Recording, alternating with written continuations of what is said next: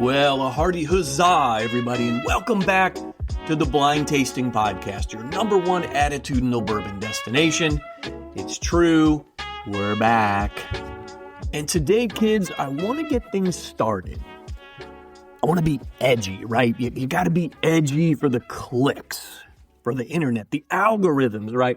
I don't know. Either way, suffice it to say, I'm going to do something, I'm probably going to go somewhere we probably shouldn't go. Now, look, over the last couple of weeks, I've been away. You've noticed that. A lot of you have noticed that, actually. I was surprised. And I've done a lot of thinking. I've done a lot of research, right? I did a deep dive, and I hate that phrase, deep dive. And here I am using it. I've watched the videos. I've read the articles. I've asked ChatGPT. I even asked Coast to Coast AM. I asked Google too.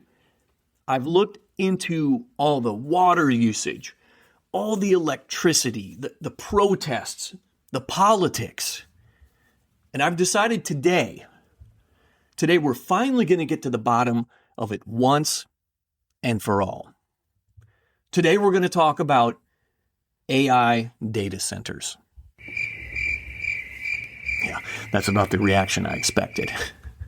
No, my friends, we are not talking about anything related whatsoever to AI data centers because we're going to talk about nothing but bourbon-y goodness. Big surprise, right? Hey, welcome back, everybody. I want to acknowledge the fact that I was gone for a few weeks, but I'm back. A few things going on. I might talk about that a little bit here today. Maybe I won't. But I want to thank everybody who reached out. Jared, my cousin, lots of y'all, including our good friends over. And I got to give a special Blind Tasting Podcast, a special shout out to John from Barroom Knowledge. Guys, go to Barroom Knowledge on Facebook and TikTok. These cats checked in on me. Wanted to find out what was going on. A lot of you checked in on me. I appreciate that. And here's the thing. I'm not stupid enough to think that everything is always going to be like this kumbaya situation in the whiskey world or the industry. I've talked about it on here. And especially in the world of podcasts and social media. I've often mentioned, I think a lot of this industry is a big old circle fest. It really is in many, many ways. And I don't want to be in a negative, I'm in a very positive mood today, guys. I'm not going to go down that negative track today, but think about it. If we don't look after each other to a certain degree, then who's going to do that, right? So, I forgot about our buddies over at Whiskey Friends too. Go on to Facebook, Whiskey Friends. It's just that simple. Join these cats. It's a great group. It's not that big, but it is growing. That's what she said. It's just too easy, guys. But anyway, seriously, go over to Whiskey Friends on Facebook. Check them out. It's a small group right now, but it is getting bigger. They're growing. A lot of cool guys over there. Say hi. Tell Charlie I sent you over. Anyway, I also want to make sure y'all know around the world, all y'all who are listening and sharing and commenting and supporting the show, I truly appreciate y'all, every single one of you. This little podcast adventure here, it ain't free, guys. There's bills involved, and every month I have to explain that technically buying bourbon for research is part of the job. Now, I'm not saying my wife actually believes that yet, but we're making progress. Now, why was I gone for a few weeks? I think I will talk about that. Lots of you asked. Had family graduations, time with friends and family, went on a couple trips. I did some genealogy work. I got a bunch, and this is kind of fun, guys. I don't know if you guys are into this. I think at a certain point in your life, you get to the point where you're thinking about your heritage, your family, all that good stuff. I was given a giant box of photos from another family member, and I was working on scanning them in and basically archiving the family photos. And I don't get paid by anybody, guys. Photo Panda, they did a hell of a good job for me. I know you've heard of, Archive Box or Legacy Box or something. I didn't use them because they were more expensive. They're a bigger name, but Photo Panda. Check them out if you're into scanning old or new family photographs. If you want to archive that stuff forever, great service, reasonably priced, and I got the box back just the other day. All is well. So I say all that to say that sometimes life reminds you there are things more important than bourbon. I know, guys, hard to believe, right? But I am happy to be back behind the microphone today and back in the saddle. I want to mention a couple of episodes not too long ago that I did. Interviewed Craig Beam with Jackson Purchase Distillery. Interviewed the cool cats at Silk Velvet Whiskey, McBrayer Legacy Spirits. Bill McBrayer over at McBrayer Legacy Spirits, such a cool guy. They have something called The Judge. I'm going to be reviewing that here in the next couple weeks. And they put out a 250th Birthday for America whiskey. I think they sold it out. I think it may be too late to get your hands on that, but you can always go to McBrayer Legacy Spirits and check them out. I mentioned I've been gone for some family fun. Went to Nebraska to see my boy. Okay, he's a man. He's not a boy, but he is my boy. Played disc golf very, very badly. We took a cave tour under the city of Lincoln, Nebraska, which was pretty amazing. And it's surprising to me, they don't have as many, like I'm from Missouri. I couldn't tell you, 40, I don't know, we have an amazing number of state parks in Missouri, and each and every one of them are fascinating and great in their own way.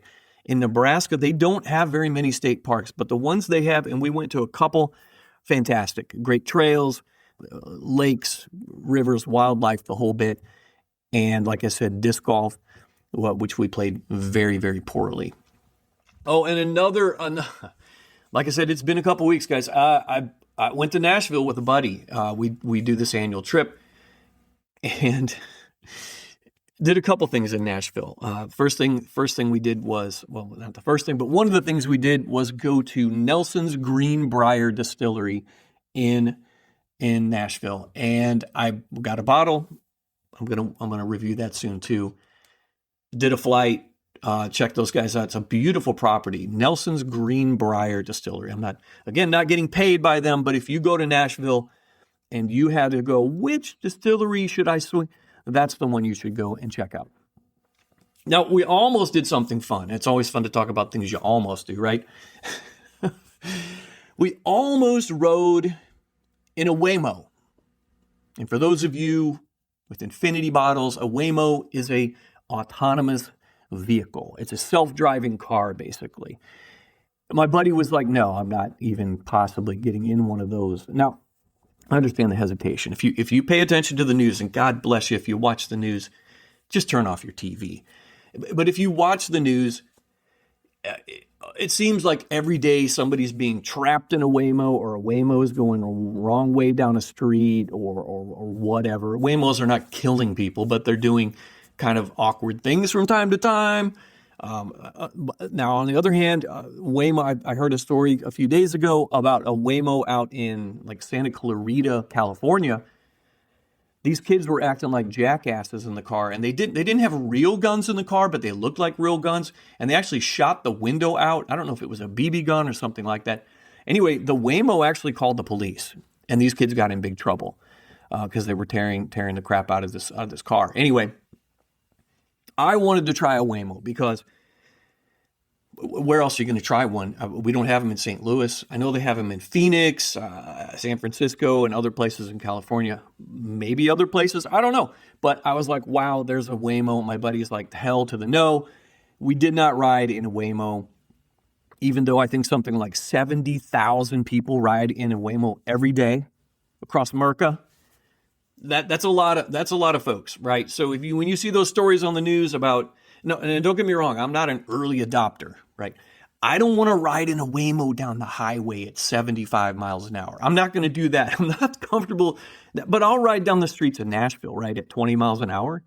That sounds fair to me. I think that's a good place to start with it. I don't I don't hide from technology, but I'm also not going to be jumping on a spaceship to go to Mars, right? There has to be a middle ground. I think the middle ground is I would ride a Waymo in a downtown area. Anyway, that's just me. That's my little Waymo rant. Didn't get to do it. Wanted to do it. I'll do it. Hopefully sometime soon.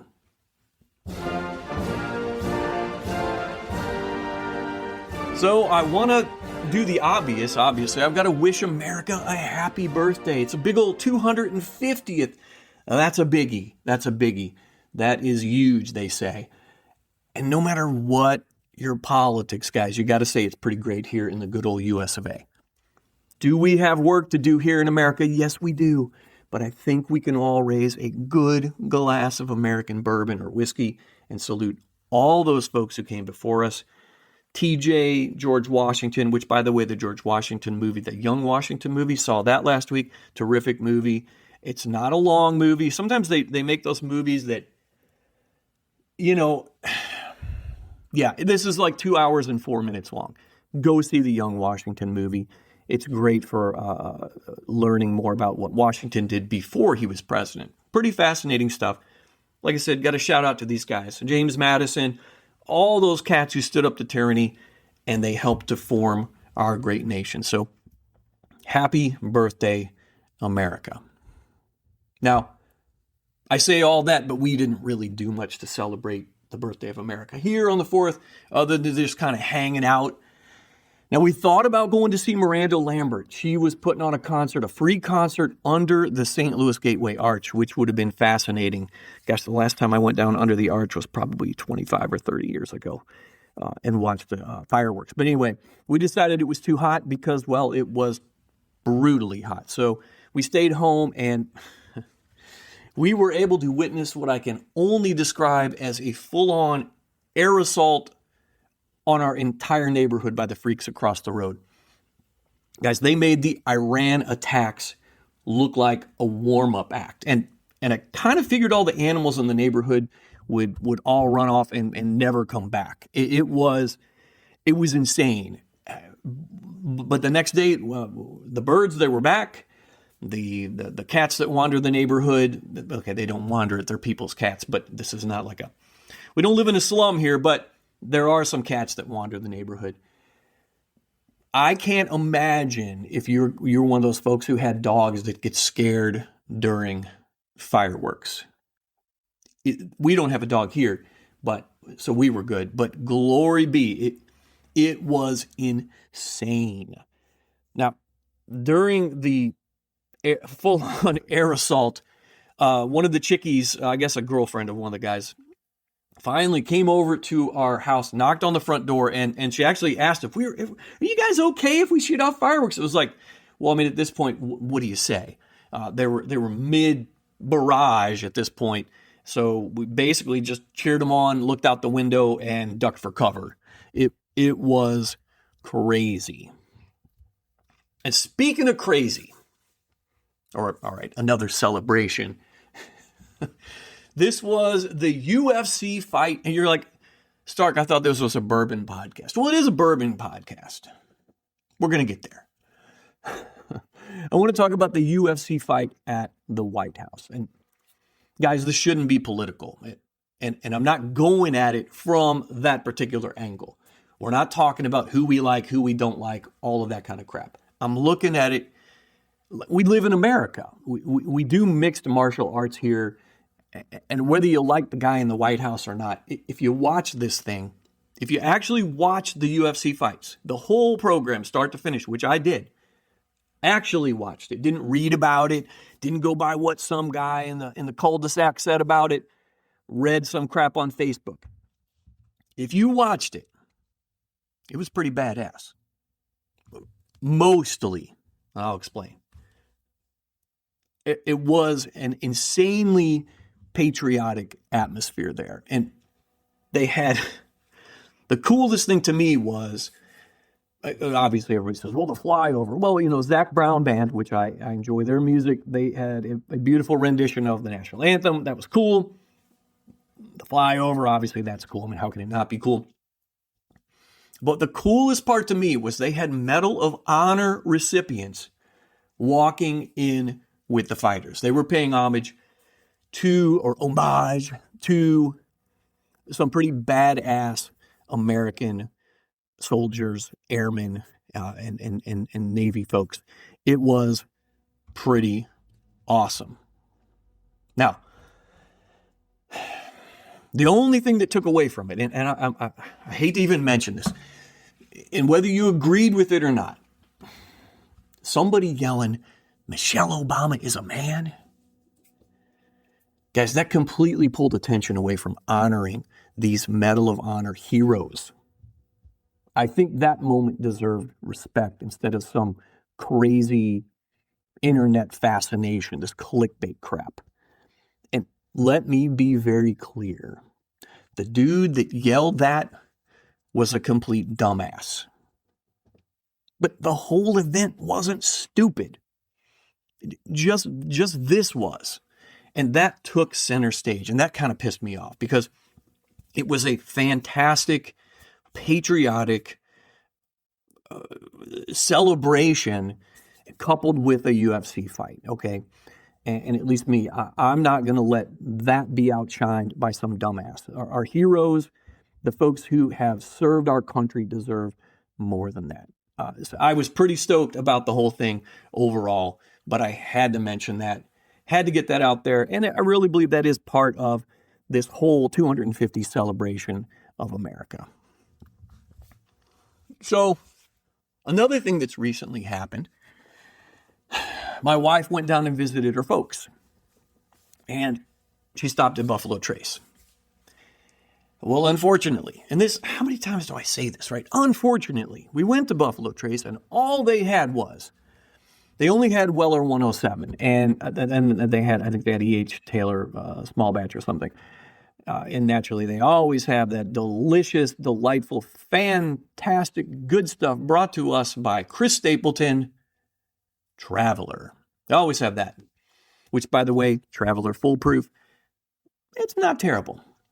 Anyway, they only had 107. I've got plenty of 107 here in the house, and not to flex, not to brag, but I do have a few bottles of 107, and I feel like it's always like this. They never have the Elmer T. Lee. They never have the CYPB. Every time one or both of us head back to Kentucky and we get a chance to stop, and we don't always have a chance to stop, especially if it's the holidays, the distillery may be closed or whatever. They just have the basics. And like I said, I'm not bitching about 107.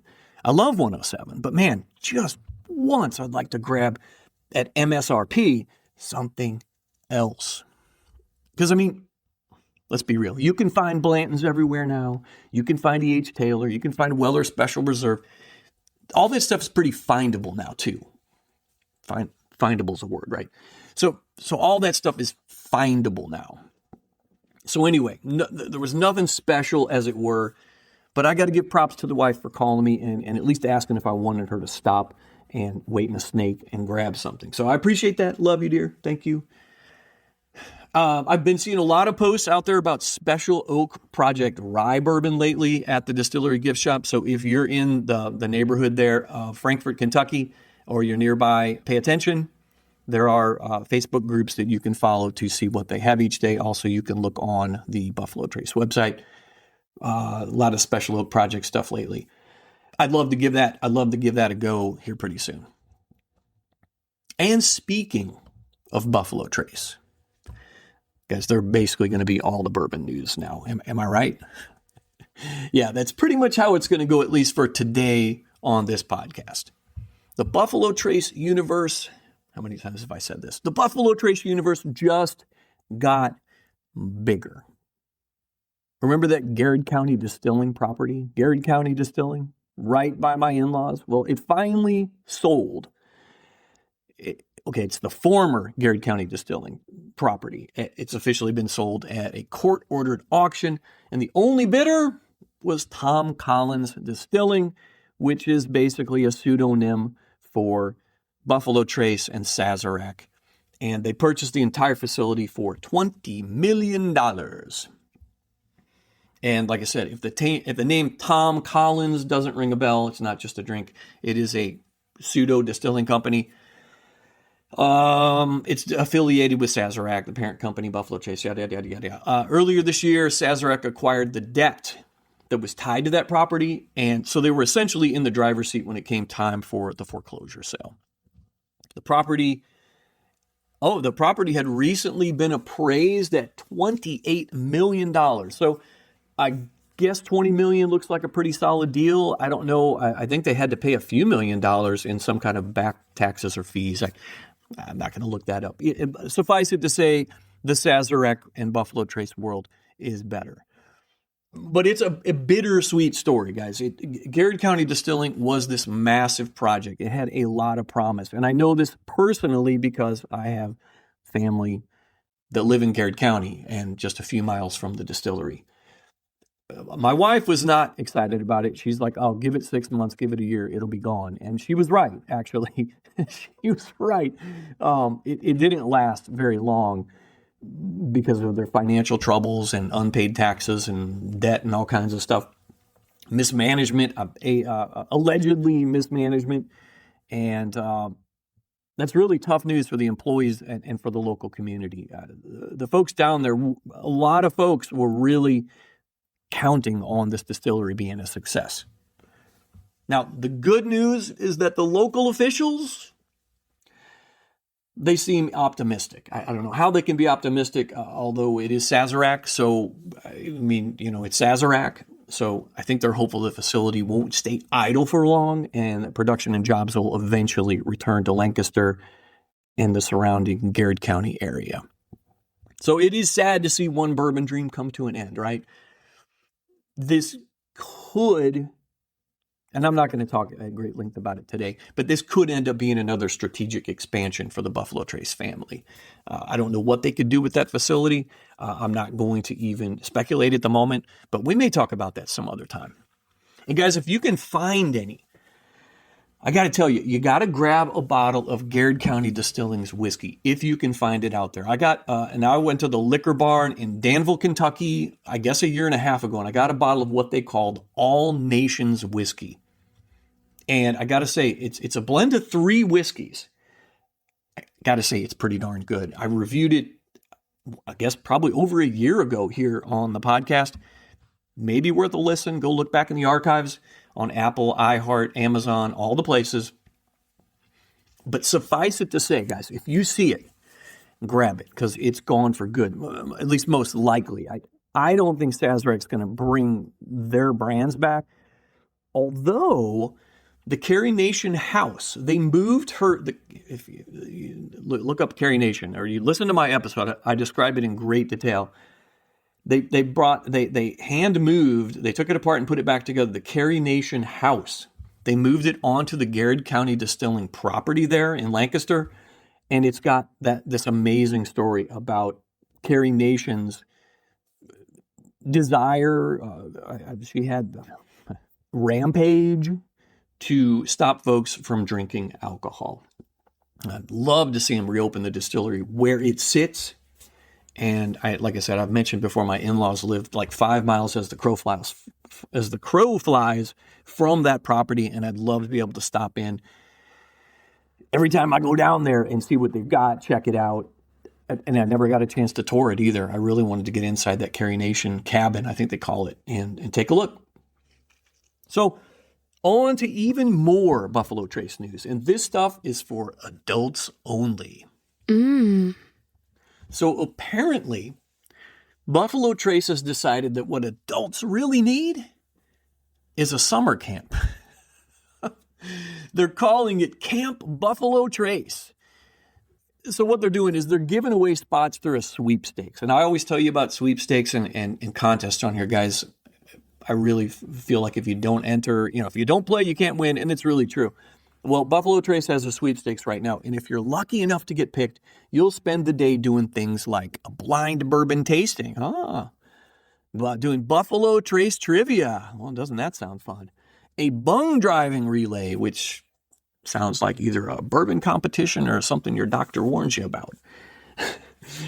You could even do a woodcraft workshop where you make a muddler out of actual bourbon barrel staves. Doesn't that sound fascinating?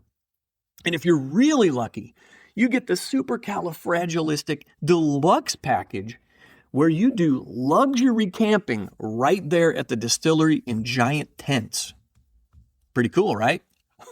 All right, I do have to admit, sleeping on Buffalo Trace property with rickhouse aromas drifting through the air does sound a whole lot better than the summer camps I went to as a kid. I can't remember anybody ever handing me a pour of bourbon after arts and crafts, but that's because I mostly went to vacation Bible school. So I think Buffalo Trace has taken that to the next level. I actually think this is a pretty sweet idea. And Buffalo Trace knows bourbon fans will do just about anything and come from just about anywhere for a unique experience. And let's be honest, half of us have already been there and treat visiting the gift shop like it's a pilgrimage to Mecca or like the Holy Land. So would you guys go? Would you guys go to Buffalo Trace Bourbon Camp? Or I guess more importantly, would I go? Well, hell yeah, I would absolutely go. But I say I would go, but only if they make it a real authentic Buffalo Trace distillery experience. I want to stand in at least 10 snakes for a minimum of 3 days. And then when I finally get in, I get told they're out of a single oak rye and that I've got security gets to escort me back to my luxury adult campsite. Because honestly, I think that's the only way to truly capture the Buffalo Trace experience. If you know, you know. And my last bit of news, guys, you guessed it, it's from our good friends at Buffalo Trace. Guys, don't hate me. I know, I can already hear it. Jesus, Stark, shoving another Buffalo Trace story at us? Do you get a commission every time you say their name? No, I do not. Unfortunately, my bourbon podcast has not yet reached the level where Buffalo Trace is sending me checks. But guys, the truth is, whether you love them, you hate them, or you're still standing in a parking lot somewhere looking for some, Buffalo Trace continues to make the biggest of bourbon news. And speaking of bourbon news, okay, it's not bourbon news exactly, it's whiskey news. Barton 1792 Distillery just dropped a couple of interesting additions to the 1792 lineup. I'm excited about that.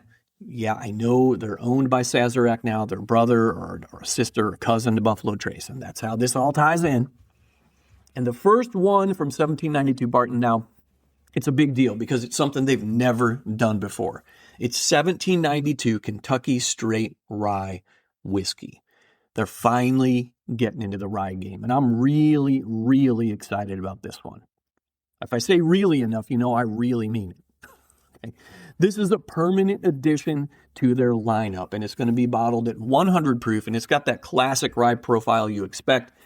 According to them, it's got spice and cinnamon and some fruit notes and a little sweetness. And what's interesting is they use their signature bourbon yeast, which they say helps bring some fruit-forward character to balance out that rye spice.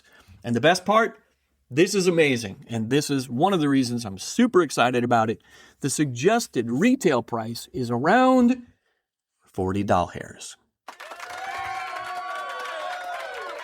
Now, whether you're actually going to find it on a shelf for $40, that's a different conversation. And guys, we all know how bourbon math works. The second release, this is fun because they had to play they went back in time. The second release is 1792 XV. And for those of you with infinity bottles, that means 15. It's Roman numerals, 1792 XV. I guess they just had to be different. But in fairness, this one is a completely different animal, and there's a couple reasons for that I'm going to tell you. And there's a caveat here, too. This is the oldest age-stated bourbon in the 1792 lineup at 15 years old, hence the name XV15. It's their first ever bottled cask strength, unfiltered expression, and it comes in at a delightful 124.2 magnificent proof points. They describe the flavors. I've never had it yet, and I probably never will. They describe flavors of dark cherries, cocoa, caramel, vanilla, leather, and oak. Now, I mentioned there'd be a caveat. There is a catch. And the catch on this one is it's a limited annual release. Actually, there are 3 catches on this one. It is a limited annual release, and it comes with a suggested price. Not sure exactly who suggested that. $249.99. So if you find one, congratulations. So you're either going to have a really amazing bottle of bourbon, or you're going to have a really awkward conversation when your wife asks why the electric company keeps calling about the light bill. I do like seeing Barton continue to expand their 1792 lineup. I think that this is kind of a logical expansion. Makes sense, right? And 15-year cask strength bourbon is a pretty big statement from the brand. I do like that. I approve of that.